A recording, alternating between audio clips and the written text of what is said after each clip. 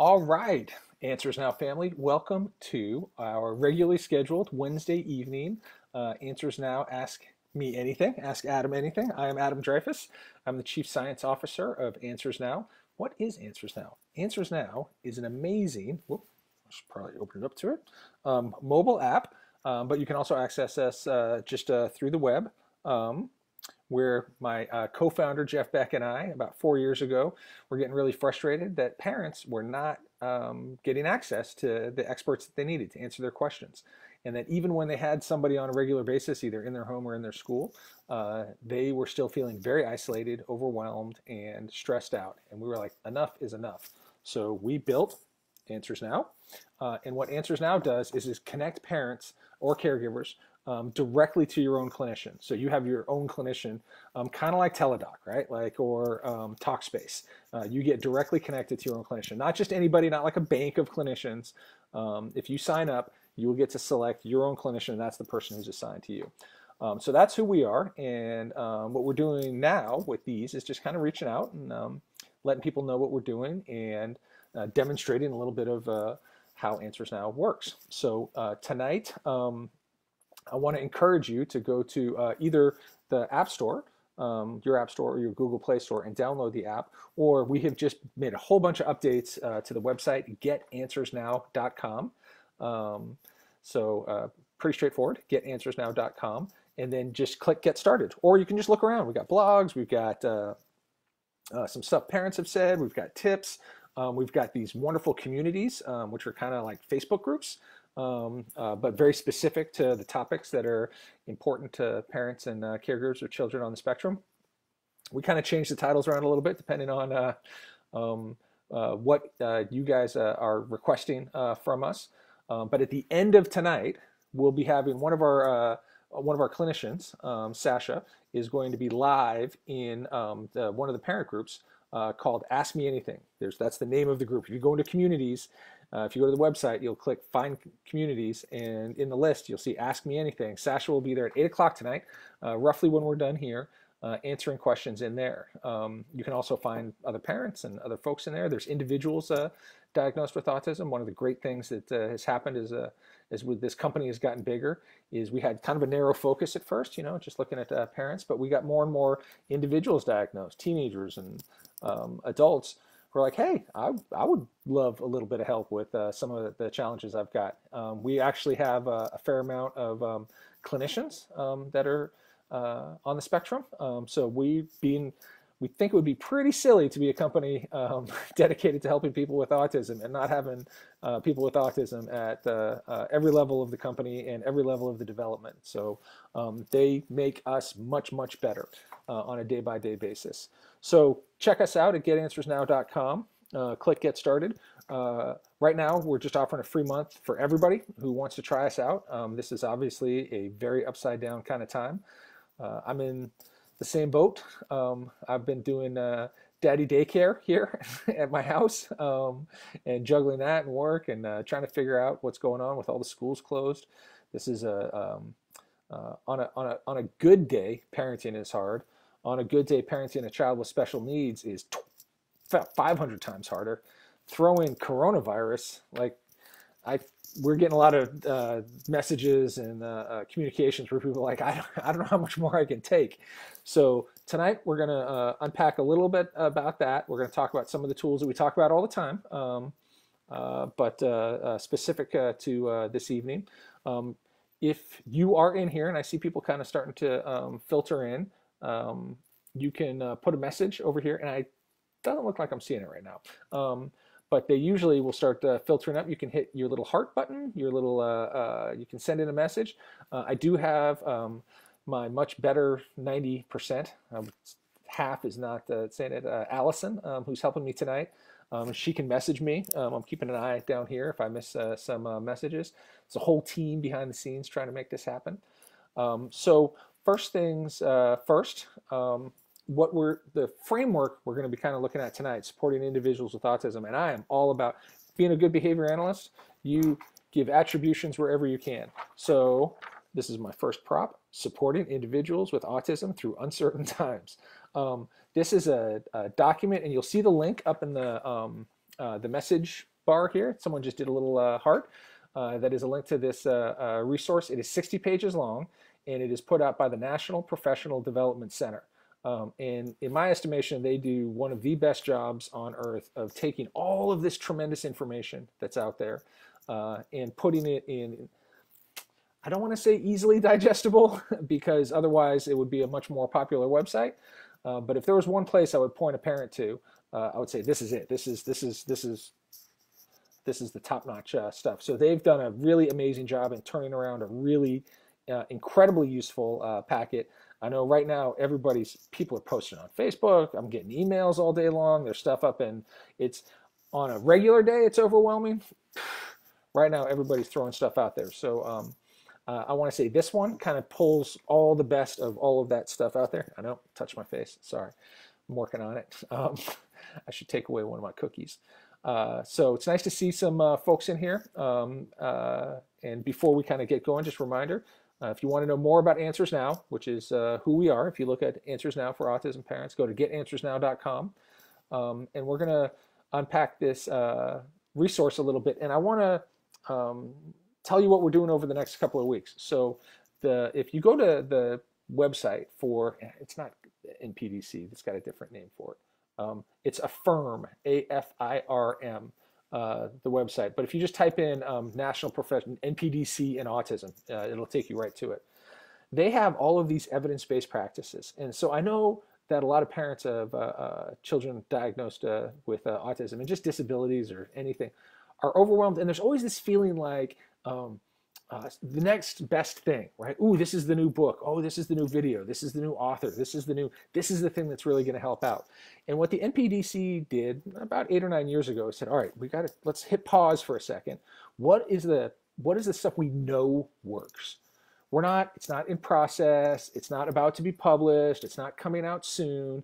We know this stuff flat out works today, worked yesterday, is going to work tomorrow. And so they made a list of evidence-based practices, EBPs in their little, everybody likes to use acronyms for stuff. And they, I'm going to read you some of them because they're highly technical, right? One is antecedent-based interventions, cognitive behavioral interventions, differential reinforcement, discrete trial training, picture exchange communication system, pivotal response training. Oof, that's a lot. And unfortunately, what we as experts have done is made the readability of this information more challenging than it needs to be. I will say, like I said, I give NPDC mad credit. They've done a better job than most.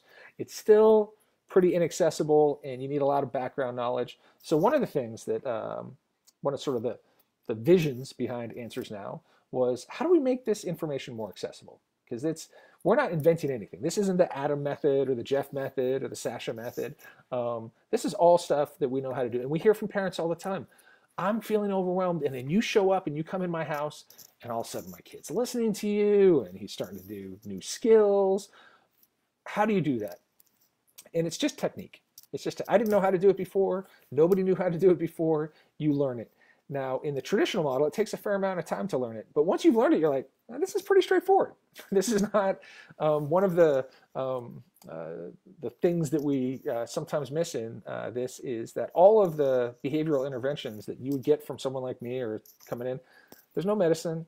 I don't give your kid any shots. There's no brain scan that I do. It's just me interacting with your kid in a very structured way where I kind of have a plan, right?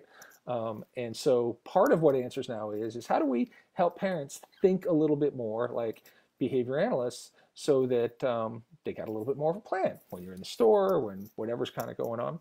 And so over the next several months, what we're going to do is we're just going to unpack each one of these evidence-based practices and translate them for you. That's what we're going to be doing on these Wednesdays. Antecedent-based intervention is a fancy way of saying, what can I do before a behavior happens so that behavior doesn't happen? Antecedent before behavior intervention. Like, can we make it a little simpler? So that's what we're going to do on our Wednesdays. We're going to lay these out, and we're going to help you. This is like a free course, kind of.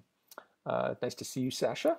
Nice to see what's going on. So one of the first things that I noticed when I kind of took apart this packet, because I've got a 4-year-old and a 5-year-old, and you know what they like more than anything?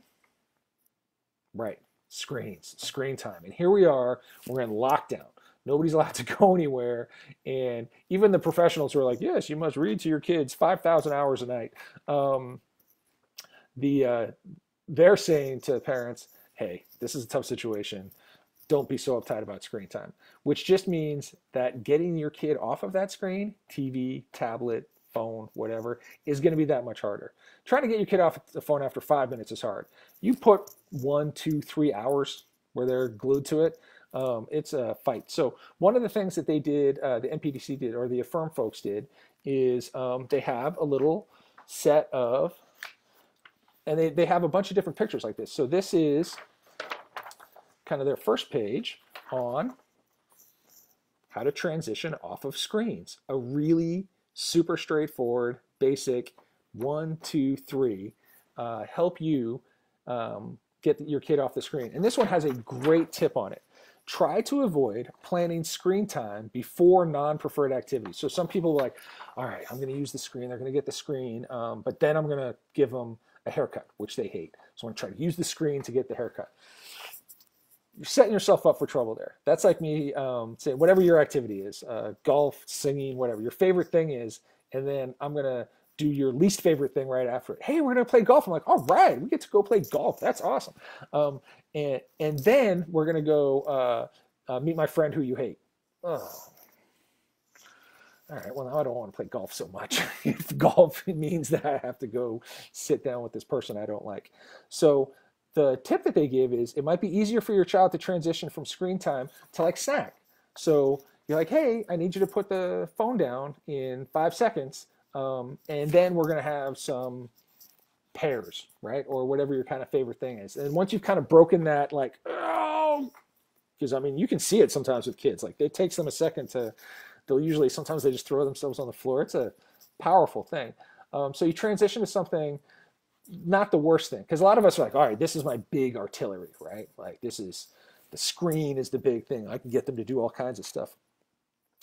And especially under these conditions where they're going to have more screen time. They don't have a lot of options. Like you might not be able to say like, hey, we're going to go for a bike ride, or hey, we're going to go. I just noticed on my way home, hey, Richmond folks, you might want to chime in on this, that all the playgrounds are wrapped in police tape. Like that just happened today. I don't know. I'm a little curious. I was going to look it up when I got home. I was like, did just some busybodies do that, or the police going around shutting down all the playgrounds? So this is a really great one. And then they've got, and we talk about visuals all the time, so it's really good to, so this is that same idea, but it gives you, you literally can print out, all right, I'm going to use my own son's name, Henry. We're going to go 5, 4, 3, 2, 1, power off. These things can seem kind of hokey, and people will discount them or they don't use them long enough, but kids are really routine driven, and they're very visual. And like my daughter, there's nothing she likes more than Paw Patrol. So you mix in something they like a lot, Paw Patrol, you give it a really clear like, hey, this is the technical term for this is a little behavioral momentum, right? You get the kids kind of going, okay, I'm kind of moving in this direction. 5, 4, 3, okay, and then off. And again, that tip about transitioning to something that's off the screen, but it's still something they kind of like. Maybe you read them a book. My kids always say, no, I don't want to read a book. But then when we start reading, they're really into it. And so that's a really good example. And the NPDC did a phenomenal job of putting together multiple different types of examples, because as we all know, you know one kid with autism, you know one kid with autism. So there's different types of levels of complexity that kids can kind of handle, and in just a really small 60-page, I mean, it sounds 60-page sounds big, but compared to how, like, if you put together all this stuff with all the supporting information, it'd be hundreds and hundreds of pages. So I love that one. Just wanted to start off with how to get your kids off your screen, because I'm sure some of you out there are dealing with that. I mean, every day, but definitely when everybody's like, you just can't go outside. So your toolkit gets reduced. I do want to just sort of touch base and remind everybody that this is an Answers Now, Ask Me Anything. I am Adam Dreyfus. I am the Chief Science Officer of Answers Now, also a board certified behavior analyst, and here to talk about Answers Now, and also how, what our topic tonight is supporting parents and caregivers through, I like the way they say, uncertain times. They're about as uncertain as they get these days. I was just sharing with somebody, I run a large school for kids with disabilities, mostly autism. We've got about 100 kids. We shut down, this is the second week, and it's only the second week we've been closed. And here in Virginia, the governor has closed all schools until June. So, it's March 25th, June. I mean, it's going to be a long haul, no matter what level your kid is at or how challenging they are. So we definitely are here for you, either through these AMAs that we're going to be doing on a regular basis, through our website where there's communities that you can join for free. You can also sign up to have your own clinician. So 7 days a week, you will have a clinician somewhat on call. It's not necessarily they're going to respond in the next second, but they are yours, and you can text them, you can call them, you can video chat them. And we've worked with a little bit more than 1,000 parents at this point, and folks love it. They love it for a bunch of different reasons. They can ask specifically about the kid. They can talk about educational problems they might be having at school. That's a big one that we get. Like, how do I talk to my teacher? I've got an IEP coming up. I don't know what to ask. Or I got the IEP and I don't even know what it says. We can help with that. We actually have a community right around that called Deciphering Assessments, because parents get a never-ending stream of assessments, and you meet with your clinician and they're like, yes, your child is in the 4th percentile in this one bracket and blah, blah, blah, blah, blah. And you're like, I don't know what that means. We're happy to kind of walk through that in a very friendly environment. And right here, you can ask me whatever you want. When am I going to get a haircut? I get that a lot. What happens is I get furry quick. For those of you who saw my AMAs a few weeks ago, before I got a haircut, it was looking a little Grizzly Adams. And now I'm not sure when I'm going to get my next haircut. So we are taking questions if you guys feel so inclined. So the next thing I want to touch on is, you hear about social stories. Now, why are social stories important? They are literally one of those evidence-based practices. They work really well for kids on the spectrum to learn new behaviors, to learn how to respond to things. Here is a very nice example that they put together that has embedded visuals. So as you're reading along, the kids kind of can see pictures. And one of the really crucial pieces in social stories that people forget is that they have to be eye-based, right? They have to be from the point of view of, I've seen people like, oh, these social stories don't work. And I'm like, well, let me see it. And it's written like a regular story, like a kid's story. So this is how a great social story sounds. Right now, lots of people are getting sick with a virus. Doctors and leaders are working hard to keep everyone healthy. I need to keep myself safe and healthy too. Right? Like that I language. School is closed, so students and teachers can stay healthy. While school is closed, it is important for everyone to stay home and not visit other people. While I am at home, I can play, look at books, and learn. I also need to wash my hands a lot with soap and water. This will help keep me and my family healthy. They did it for you, right? Now, there are different levels of kids. Some kids are more impacted and would not be able to understand this. Other kids, you can give them, and they have different levels of this. But this is a fairly standard. A fairly standard social story. If you've got kind of younger kids, they tend to simplify them, like one sentence and one visual per page. But inside this resource are tons of links to places that will do this for you. There are literally websites where you type in the words, drop in an image, print it out, boom, you've got a social story. I know that we will be talking in much more detail about exactly how to do social stories. They're, again, truly not that complicated. They are a very simple story, heavy visuals, simple language, I language, make it from the point of view. I am sitting here on Facebook Live in an orange shirt. That's exactly what it looks like. So there's some more examples in there, but this is the most basic, straightforward one. All right, keeping myself a little bit organized. I hope everybody's doing well out there. I know that there's just a tremendous amount of anxiety, and one of the triggers for any kid is when the adults around them are anxious. Even you can have kids that, oh, they don't talk, they have no vocal, I don't want to say skills, that's the wrong word. They don't speak in any words, and they don't seem to understand anything that we say. Those kids are more sensitive to your emotional state than kids who can talk, because kids who can talk can let you know, like, hey, what's going on with you? Like, you can see it around your kids. If you get angry, if you get like, they get cautious. But non-vocal verbal kids who don't have a whole lot of abilities to look around and sort of read the room, so to speak, are very sensitive to people's emotional states. And it is just really hard these days. So we want to encourage you to take as much care of yourself as possible, because that is also taking care of your kid. Just even, God forbid, going for a walk outside. Most of the country, you can still go outside at some point. My brother lives in France, and he has to print up a piece of paper to go for a walk. So it's we might get there. So please take care of yourself. The watchword these days is mindfulness, and that can mean a lot of things.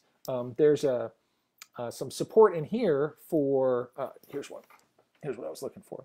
So they obviously have a lot of very smart people looking on this. So they put together BCB has loved this kind of stuff. So Face COVID, and they made it into a focus, acknowledge, come, engage, commit, open, values, so you can remember it. But there's one thing on here that really stuck out for me under C, was come back into your body. So this is, my behavior analytic friends might get kind of mad at me about this, because this is not something that's out of a research paper. But it's a trick that I learned. I'm from California, so there's a lot of hippie in me, that I learned when I was in my late teens and early 20s, that when you're anxious, when you're worked up, most of the time it's because you're worried about something that you think is going to happen, or you're kind of feeling bad about something that did happen. You're not present, right? Like in your head, you're like, oh my God, I got to meet that person. Or, oh, I can't believe that person said that to me. So you're replaying it back in your head. And the trick that I was taught is take a deep breath in through your nose and sort of ask yourself, what am I smelling? So you just go, and it brings you back into your body, right? What am I smelling? What am I smelling right now? And it jumps you out of your worrying about the future. It pulls you out of the past and right into this moment. What I would do is like, can I smell some smoke? No, okay. And then it automatically just calms you down right away. You're like, okay, all right. I just had to break that chain a little bit. So super important for you guys to do that.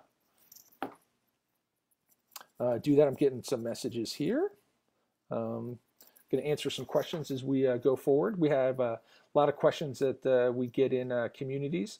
One of the ones that came up quite a bit this week, again, is around assessments. We created that group called Deciphering Assessments. It comes up every now and then. And we had more activity in that group this week than we had in any of the other groups. So if you, that's a very important one to remember, that there is a place for you if you're looking at some, and in this case, it was some folks who, it was about them. It was, they were individuals on the spectrum and had assessments, and they had questions about what it meant. It was awesome to be able to be there for them. So time check. Yep. Just a reminder, we would love you to go check out our website, getanswersnow.com, and find out some more information about what we do. But what we do is pretty simple. We connect parents to experts. In the same way, like teledoc is a great way of thinking about it. Like, you want to talk to a doctor, you can get on and talk to a doctor. If you need to talk to a specialist who can help you with your child on the spectrum, which are extraordinarily challenging kids, also make no mistake, magical kids in many ways. You just either download our app off of the Google Play Store, or the App Store. And when you go there, just type Answers Now with no space. And we're usually the first app that you see. If you see this little logo, whoop, it's up over here in the corner. That's the logo you see, a little purple AN with a butterfly. And you can check out communities, which are free, read the blogs, some of the stuff that we've put up, or boom, click, hey, I want to talk to a clinician. I've got some questions. I need some help right now. And there are a lot of folks right now who are in that boat. So we're here with a free month. You can get full access to a clinician for a month, ask all the questions that you want, and it doesn't feel like something you want to keep doing, you don't have to keep doing it. All right, so the next thing I wanted to touch on was, so one of the things the experts do when they show up is they use their fancy schmancy language. So there's another one in here called task analysis. And this is one of those evidence-based practices. What is a task analysis? What do you mean a task analysis? And all that means is we're going to take some activity and break it down into all the tiny little points. So they did this really nicely. This is one of the tools that these folks use to help your kids out. So they've got one for unloading a dishwasher, which is perfect, right? We're at home. We got to have the kids or the adults doing something. And so just to give you an idea of like how many steps, if I was like, how many steps would it take for you to just unload a dishwasher off the top of your head? Just think about it for a second. We'll give you 2 seconds. Dun, na, na, na, na, na, dun, dun, dun, dun. You might be right. So 20 on this task analysis. So what this does is it makes it really easy for parents and for individuals on the spectrum to know exactly what the expectation is. So like here, it's open the dishwasher. That would be the first step. Pull out the bottom rack. Remove the plates one at a time. And it's got these little check boxes. And for some kids, they learn them pretty quickly, right? They learn the sequence pretty quickly. But for others, it can take a long time. Each step can take multiple sessions. So you teach the first step and then the second step, and then we call this a behavior chain. And it's one of the things that most of us don't think about, but from when you wake up to when you go to sleep, you're just stringing together a bunch of behavior chains. You're getting dressed chain, you're taking a shower chain, and the end of each chain, right? Like, all right, I'm out of the shower, I kind of do my routine. There's some connection to the next one. Oh, I got to get dressed. Well, for a lot of our folks on the spectrum, that just doesn't come naturally. So I've seen it where like learn how to take a shower, right? So the kids learning how to take a shower, and then they get to like rinse yourself off, and they haven't learned that specific step yet, and they just stand there covered in soap. It's like they're stuck because the chain stops. They don't have that next link. And you and I would be like, oh, of course, you just do that next thing. Nothing works like that. All this stuff that comes so naturally to us that we don't even think about. When you're working with folks on the spectrum and kids and adults, you realize like how many hundreds of thousands of little links we take for granted. And when you begin to break them down like that into task analyses and try to figure out like, well, what needs to happen so that individual connects to their next one. Like when I finish breakfast and all that and I'm sitting and ready to go, what's the signal for me? Get out the door, get in your car, go to work. And there's probably 40 different behavior chains that get me from the door to work. You know, there's knowing how to drive, there's the traffic, it's just, and so that's how we do it with the task analysis. So over the next few weeks, that is one of the things that we're going to be taking an entire, what do I call this, an episode of Wednesday's Ask Me Anything. And we're going to unpack that for you and show, because these are all, that's what's frankly so frustrating for folks like me and the co-founder is we love doing what we do, but what we don't love about it is that it's not more readily available and that more people don't have access to it.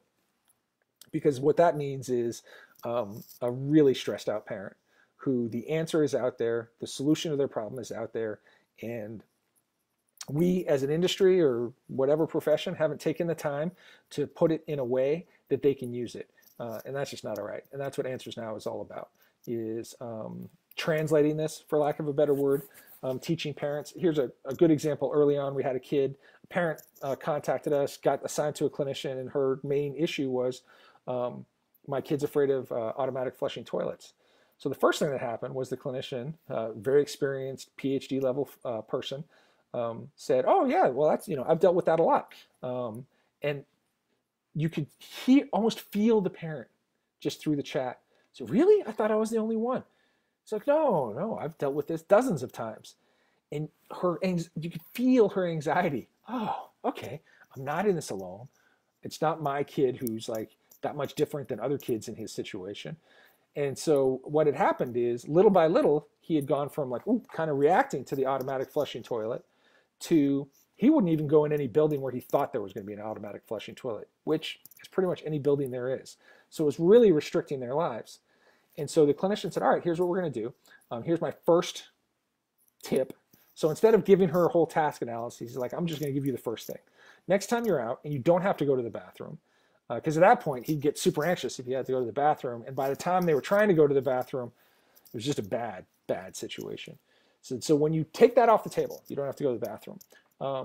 Just see if he'll walk into a building and walk up to the door and touch it, and then turn around and walk away. And if he doesn't have any kind of upset, make it rain. Like, go take him out for ice cream or something like that.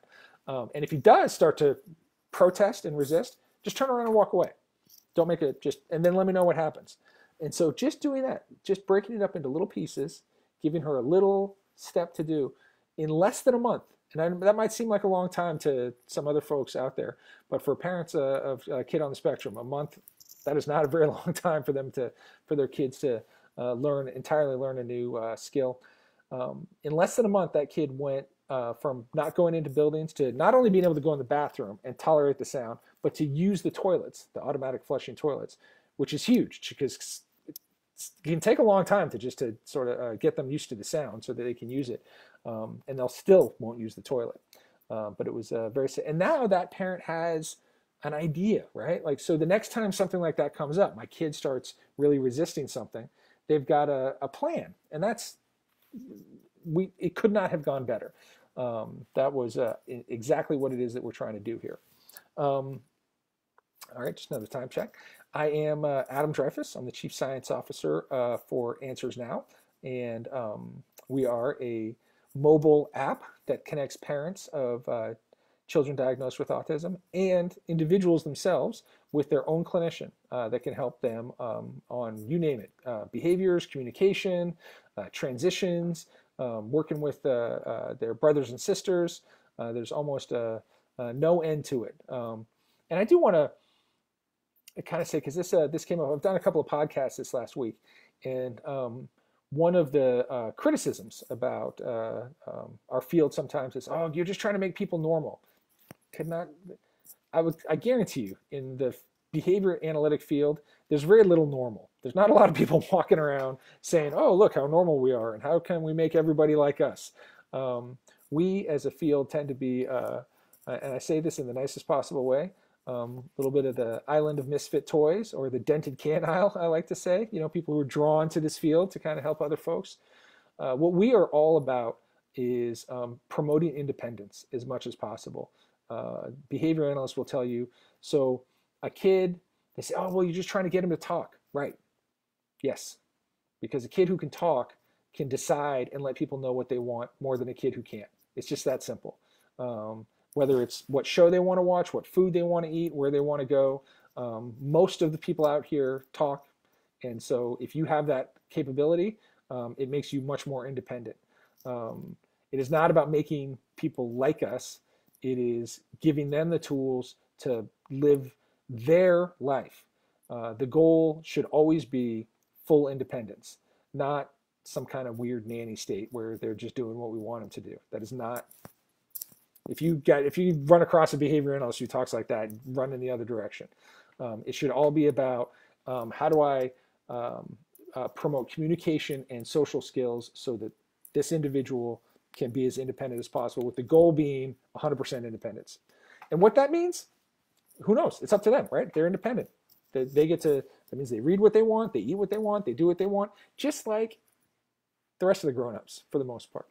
All All right, I am reminded that, oh, sometimes people have to tell me what to do, that we are hosting in our one of our communities, which is kind of a chat room on our website at Get Answers Now, a free, well, they're always free, the communities, a moderated question and answer session in Ask Me Anything. So one of our top flight BCBAs is going to be in there at about 8 o'clock tonight, from about 8 to 9, to answer any questions.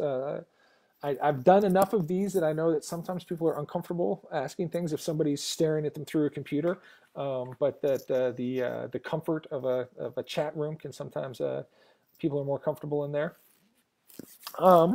So with that, I am going to keep moving through this terrific packet.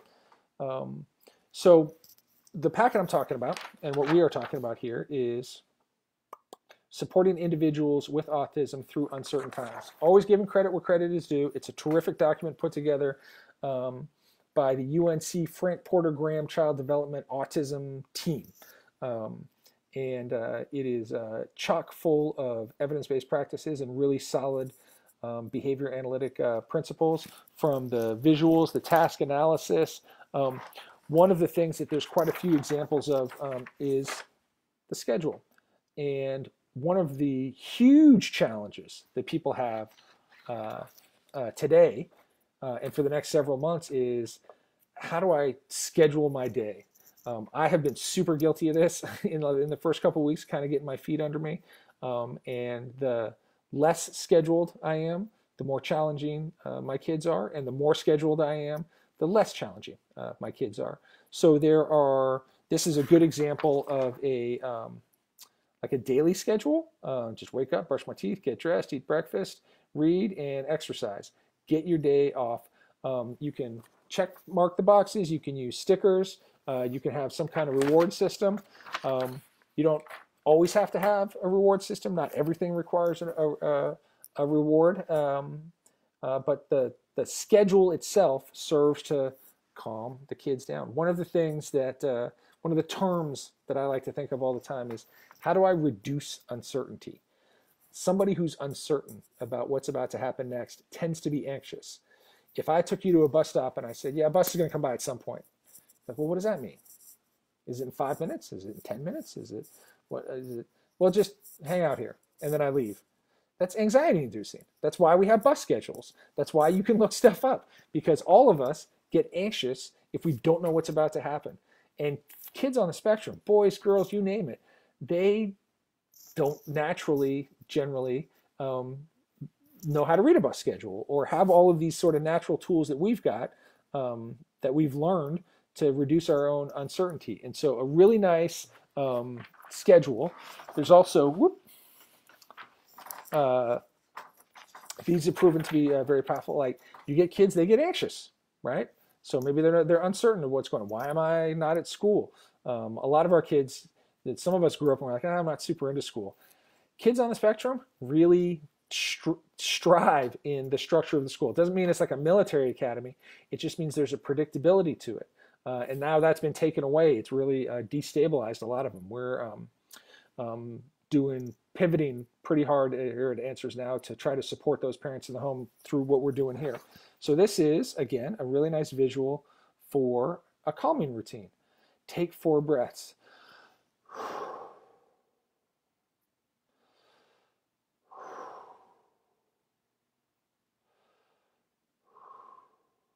It's making me very calm. I tend to be kind of high energy. I should do that more. Clench your fists. 1, 2, 3, 4. Count to 10. 1, 2, 3, 4. And a lot of our kids, they'll start requesting this, right? They'll either point to it, or if they can talk, they'll ask for it.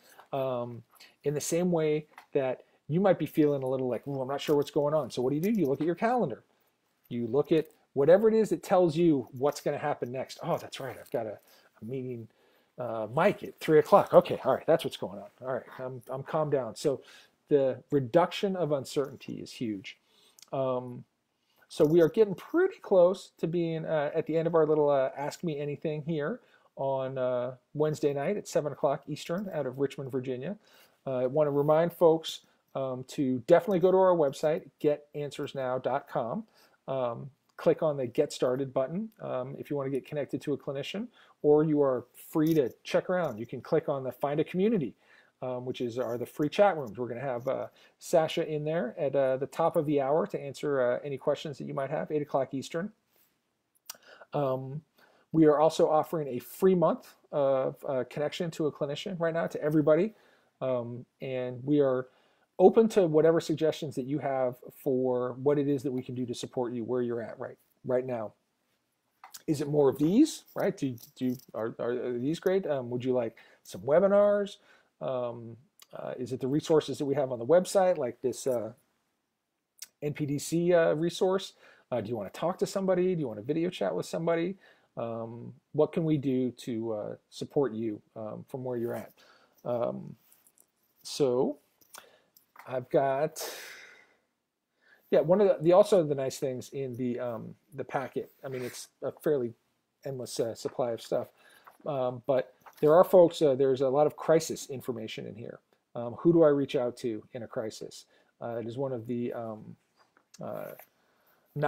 we don't speak about it all that much, but definitely in our community and working with severely impacted children on the spectrum.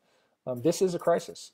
They're out of their routines. A lot of them do not have access to the teachers that they're comfortable with, that they work with.